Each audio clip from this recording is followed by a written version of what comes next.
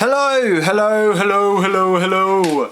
Are you ready for some alien technology? Well, it's probably not alien to yourselves. Maybe it might be, but this is definitely alien technology to me, and this is why I jumped at the chance when I happenstanced upon, the chance of getting hold of a Strowger switch. This is how telephone exchanges were back in the day. I haven't got a frigging clue. All I know is this kind of stuff is deeply curious, and it's just a world of stuff that I still don't know about, and there's so much interesting electromechanical musical potential with these kind of things and uni-selectors and things like that. For instance, in the relay series, I'm going to be putting a sequencer together with a uni-selector. This is just a uni-selector. You send in a pulse, it's got a little solenoid thingamajiggy, and that basically pushes it along. If we get in focus, if you look carefully, you can see it's the mechanism pushing it along these 30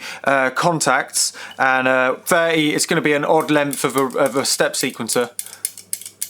But as you can see, it makes a connection between this, which selects between the outers, and then the common is this this part on the top. And there's all in all 1, 2, 3, 4, 5, 6, 7, 8, 9. Yeah, 9 different rows. The plan with this would be to have a whole load of, well, it would be a polyphonic sequencer with I guess maybe I'll probably only use six different notes with levels, and then this, that, and the other, and you can send them through. But that's just something for another day. But this got me going off on one. Having a look around, having a think about all of this stuff, and just going down the world of classic things, and happenstance across this, and this is just my relay interest, as this is where it's evidently gone so far. This right here is a single part.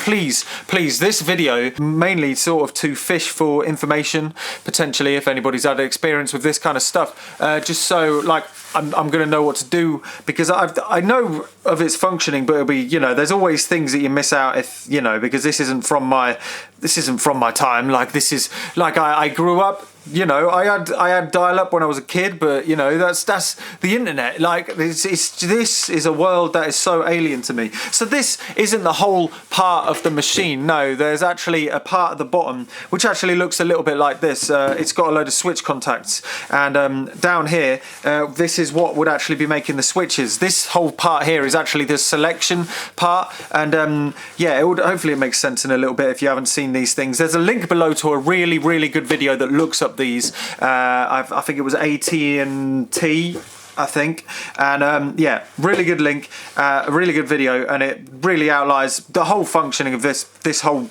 jiff-jaff. It sort of gives off a robotic vibe. I'm not going to plug it in this video purely because I don't even have a rotary the phone that, like, a simple rotary phone I could just plug in. I've got the switchboard, but it's a little bit complicated to use, so I'll get a rotary phone, 48 volt power supply, and let's have a look on the inside first. So inside this, just look at that. So at the top we've got a few relays, 5. And then there's these coils here, and then underneath we have this mechanism. Oh, it's a bit rocky. I've already fixed it a little bit. Actually, it wasn't working really, and I had to do some adjustments. So if you look at that AT&T video, if you look at the photos as well, and these little clips that I'm putting up, you'll notice that this is actually a moving part. And it's actually, if you look closely at the bottom, it's actually got contacts, and these make the contacts somewhat like this into the switch, into the contact area, which I'm trying to track down this kind of part of it. I'll keep you informed on all that stuff as it goes along, because hopefully I'll be able to make something, maybe not musical, but something interactive. The plan would actually be to wire this up to a phone. So these would be in a bank, depending how long the phone number is. There'll be one that decodes the first numbers, and then another one that goes along to get you to the number that you want to get to. So for instance, imagine if you type in a rotary phone, you pull it up to the number you want, and then as the rotary dial goes back to its resting position, it switches it sends pulses on every single number. So if you type in 6, when it goes back, it goes. It pushes this solenoid down. It goes, I'm pushing it the wrong way. It goes 1, 2, 3, 4, 5, 6. So we're on number 6 now. So this is pushed up to, imagine there's a switch contact at the back. It's pushed up to the 6th switch contact. There's actually 3 poles on this, 3 poles of switches, and then the next number comes in. By the way, as this happens, it does some switchy things here. I need to figure it all out. It's a little bit, so it's going to take a mo for me to just look around and try and figure out how to get this to do this, because now after that I don't even know what it is. I haven't got a bleeding clue. And then it goes to the next number, which you dial it in. Let's say we do 6 again. It goes into this solenoid now, and watch this one. So when I push this to do 6, 1, actually I was pushing on the wrong part, so we'll start again. 1, 2, 3, 4, 5, 6. Imagine I'm electricity. 1, 2, 3, 4, 5, 6. And as you can see, so the first one pulls it up to the row that it needs to go, and then the second number chooses the contact there needs to be. What, like 4 of these or 5 of these in a row, and that'll decode the whole phone number.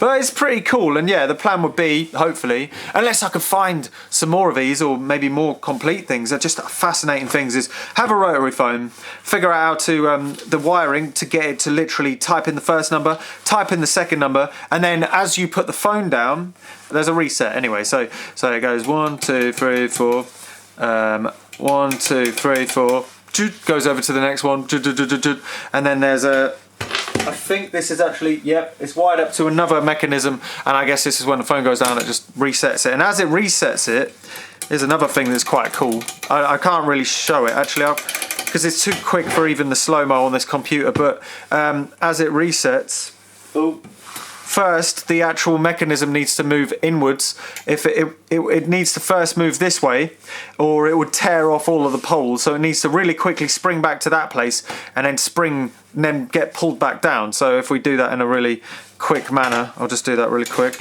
Let's try and do I'll try and get a slow-mo.